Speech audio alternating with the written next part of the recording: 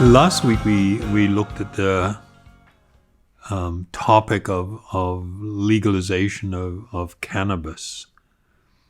And the reason that we were dealing with that and the topic this week and topic probably next week is due to questions that I was sent, because in New Zealand they had an election that also they ran a referendum at the same time on the topics of euthanasia and legalization of cannabis. And my attempt to address these things and that bigger question that was put to me in this regard, which I'll just read out. We see the majority of people demanding the freedom to choose to do whatever they feel is desirable, although some of these things may be considered illegal. Where should the lines be drawn between individual responsibility or discretion and government legislation and enforcement? So that's sort of like the bigger picture or the framework within which we are discussing the topics. And I'll just give you a little reminder that the way in which I will address the subjects is with the understanding that the foundation of spirituality is the understanding that you and I, all of us, are eternal spiritual beings residing within this body. The one that you can see here, the body is only the external covering or dress. And similarly, the mind is another form of material covering of the actual soul itself, the Atma, the self. The opposing view, as it were, is the fundamental idea that the body is who I am, that the body is the self. And when you choose to embrace one of those perspectives, you will see that they actually produce completely different outcomes. And the way in which we would approach these social issues, personal issues, relationships, almost everything, will be actually quite different and produce different types of outcomes depending upon the foundational philosophy that you may be embracing. Now to the topic of euthanasia.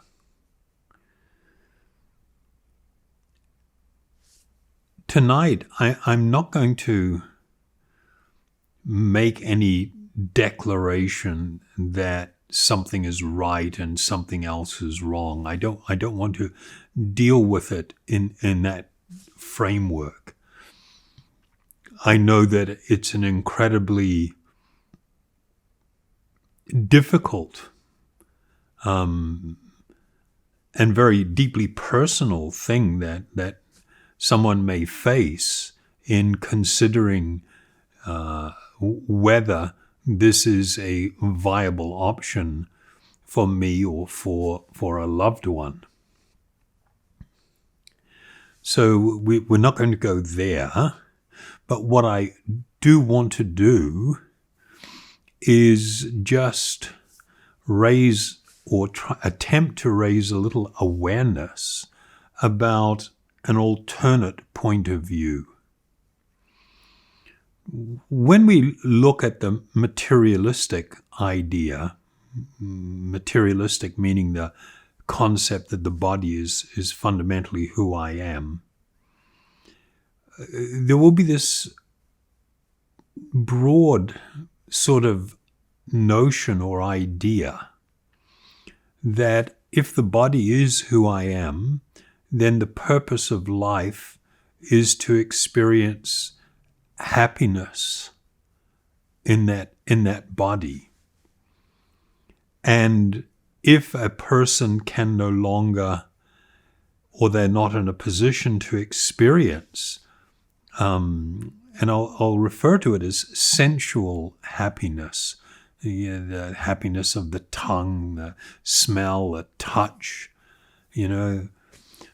taste, as I mentioned, hearing, seeing, these things. If I've lost these functions, or these functions are not happening in a way that I can manage and experience well, then there's a big question about then what is the use or the purpose of remaining alive. And we will have this tendency to go towards, because of this, and I'll refer to it as an almost mechanistic view, and I don't say that in a derogatory way. But nonetheless, if something is not serving its purpose anymore, then what is its use, or what is the point in hanging on to it? Of course, there's going to be a lot of other issues, that are going to be connected with that. But we're seeing over the course of, the last 50, 60 years, there has been this tremendous move towards that perspective. And I don't feel that it actually serves us as individuals and as a society well to take on that sort of thinking and that sort of point of view. It contains within itself the danger of becoming overly utilitarian, and to see things from this perspective, this what I feel is to be a very limited perspective. And I'll give you a couple of examples. I mean, I've seen a couple of instances where a mother or parents, it was suggested that they should terminate a pregnancy because the child within the womb had a physiological defect, and it may also have some impaired cognitive or mental capacities. For instance, in one case, one of the things I saw was, what was understood to have been a potential for quite severe case of Down syndrome. And the parents decided, no, they're not going to follow the doctor's advice. They wanted to have the child and keep the child. And then 20-something years later, you hear the child speaking and expressing their gratitude to their parents, that in spite of the difficulty that was going to be there for themselves and for the parents chose to deliver the child and to raise it.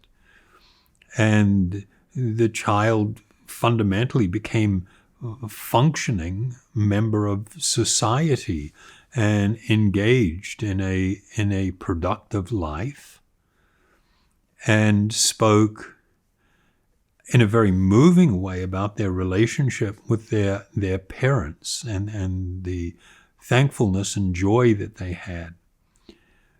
So if we veer too much towards the utilitarian view, that if something is fundamentally broken or not working in perfect order, it should be discarded, that can produce some sad outcomes and make it so that people don't have the opportunity to experience some of the wonders that these relationships can produce. Of course, from the spiritual perspective, we understand that a human life has a very unique purpose, and that unique purpose is that of self-realization, for us to come to realize our eternal spiritual nature, to be able to fully experience that and experience the great liberation that comes from that realization. It's a wonderful transcendental experience. And if we understand, or we can appreciate even to some degree that perspective, and then we can also understand that if this is really a legitimate, and I'll use that word because some people might think it's not, but a legitimate purpose for living, then even if a person suffers some disability or other, it doesn't preclude the possibility for them to attain some real spiritual realization.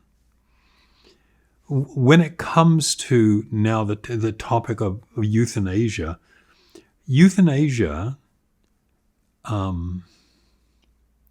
well, I'll step back a bit. We all know that the shelf life for the body is limited. We all know that eventually it's going to end. Your body will no longer be a suitable vehicle to be inhabited by you, the spiritual being. And when the spiritual being leaves that body, the body experiences death. The living being does not. The living being goes on and continues. In the ancient Vedic culture, there was this really and quite intense understanding that the way in which a person ends that time in the body is actually of great importance and significance. And that's because they had fully embraced the understanding of the transmigration of the soul, sometimes referred to as reincarnation. And we mentioned that last week, that not everybody is born equal. People are born into different circumstances, and there is reasons for that, karmic reasons for that. And so we see from the Bhagavad Gita, there is a statement that whatever state of being one remembers when they quit their body, that state they will attain without fail. And that's just like, oh, wow, that's a whole nother consideration. If I'm going to embrace this notion or this understanding or appreciation, which is more accurate, of the reality of my spiritual existence, and I understand that at the moment of death, my state of consciousness is going to determine my future, where things are going to go and what exactly is going to happen to me, then we would be able to appreciate why, since ancient times, the yogis and the spiritualists, the general population even, understood and appreciated this need to be absorbed in a state of spiritual consciousness and awareness at the time of this departure from the body. And when one does that, then one is able to experience the reality of spiritual liberation. From that point of view and from that perspective, the idea of being really heavily sedated and then forcibly ejected from the body by causing the heart or an organ failures or a shutdown of the body, an involuntary departure would not be considered a very ideal situation. And of course, then somebody may go, well, even if that was true, don't you think it's rather cruel to see people suffer in those last moments, or the last weeks or months or years? And of course, this is a huge topic, and I don't have the time to get into it with great detail, but I can tell you from my own practical experience that many people, when they come to that point of what is called death, they can undergo amazing experiences, realizations, and transformations. And to just deprive somebody of that opportunity and to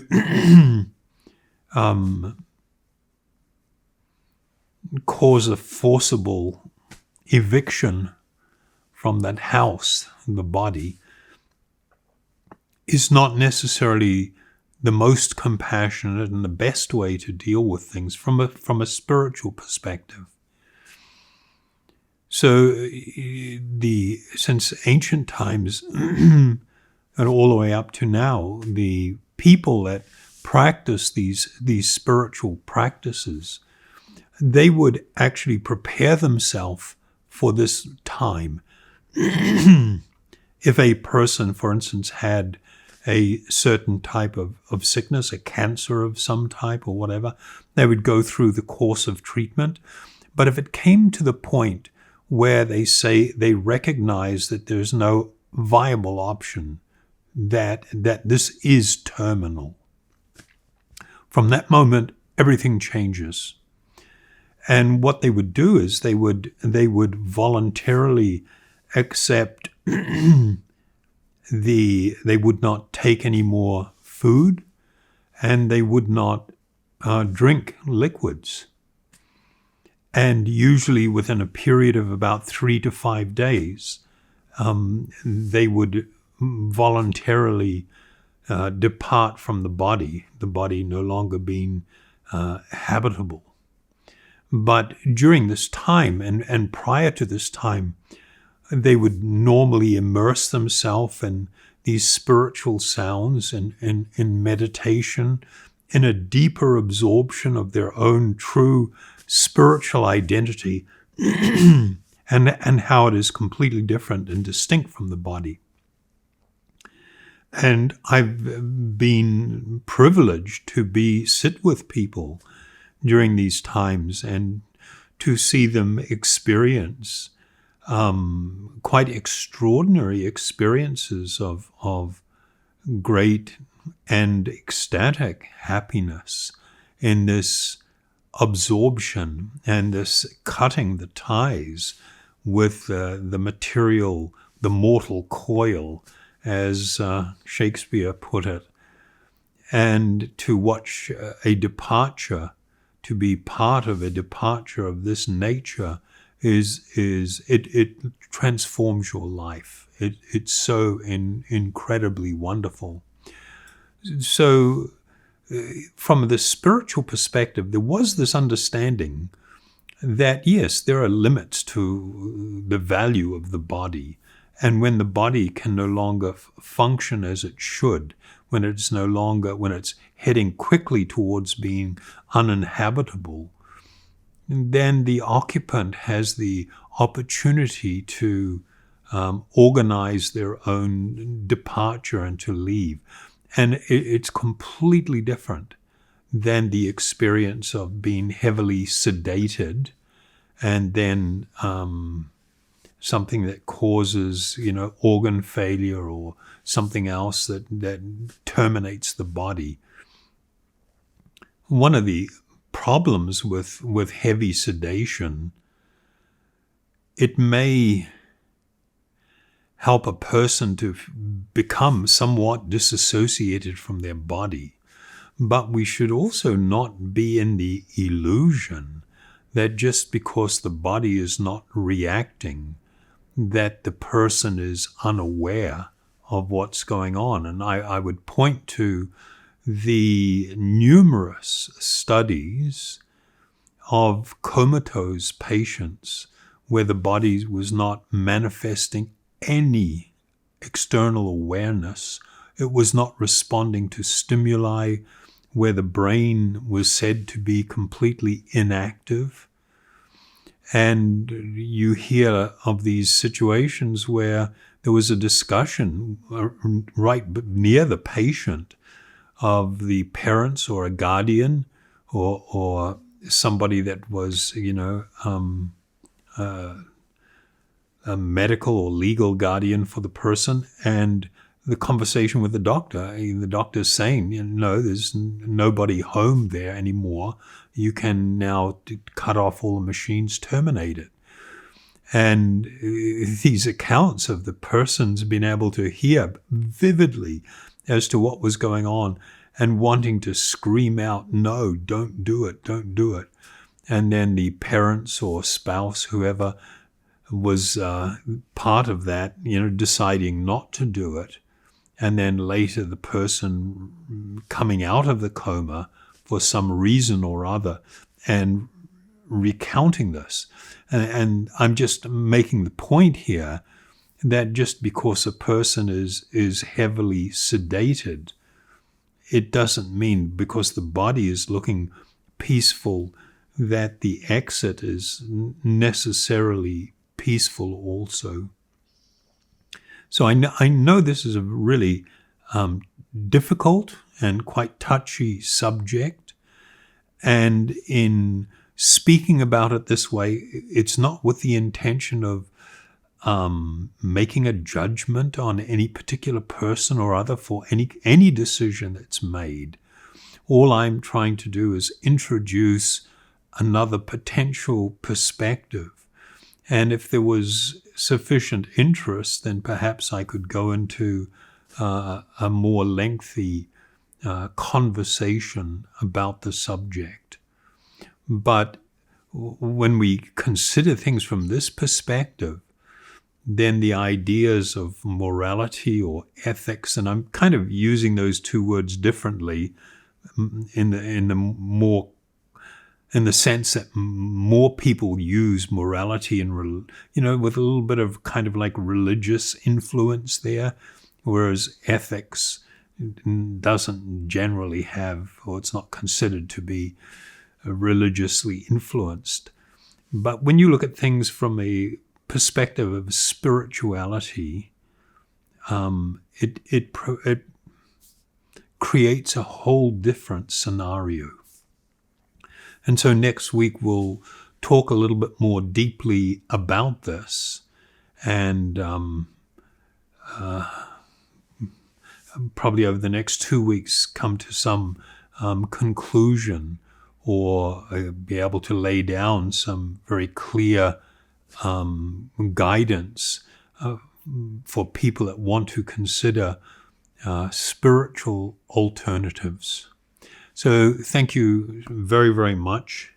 And I understand next week we're going to be back doing Mantra Night live.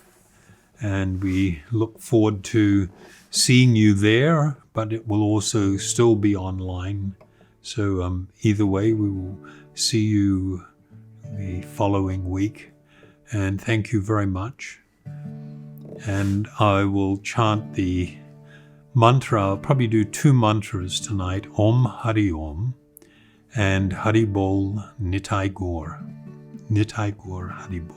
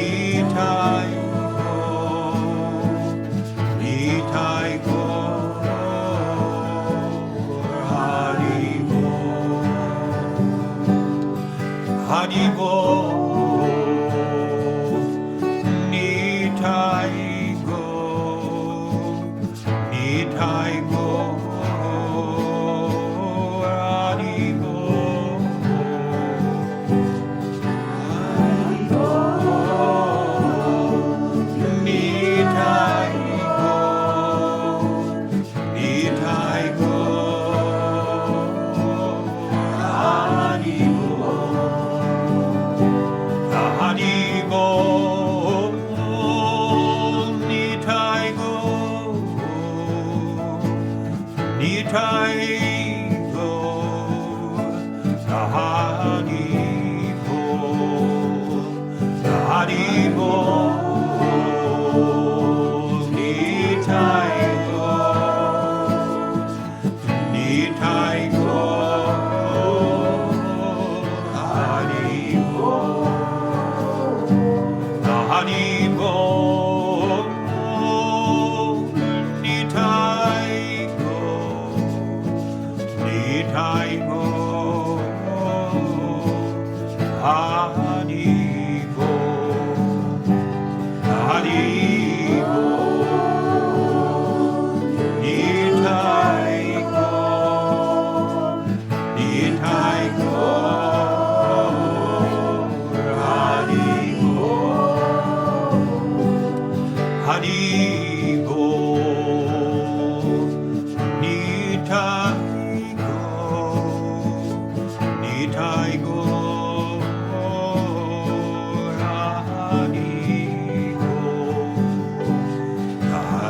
Haribo, Nitaigo, Nitaigo, Haribo, Haribo, Nitaigo, Nitaigo, Haribo, Haribo, Nitaigo, Nitaigo, Haribo, Haribo, Nitaigo, Nitaigo, Haribo, Haribo, Nitaigo, Nitaigo, Haribo, Haribo,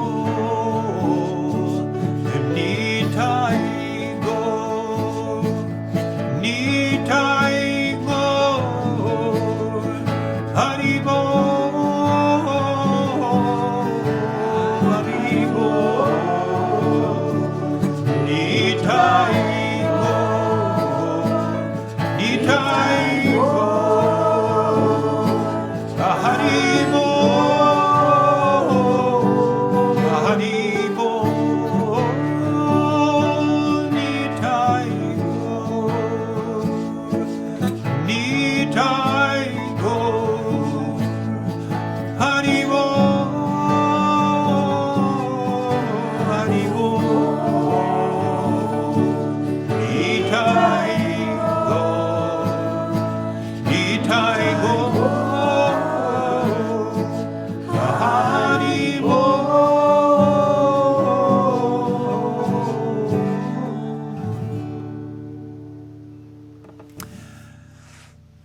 Thank you very, very much. Haribo.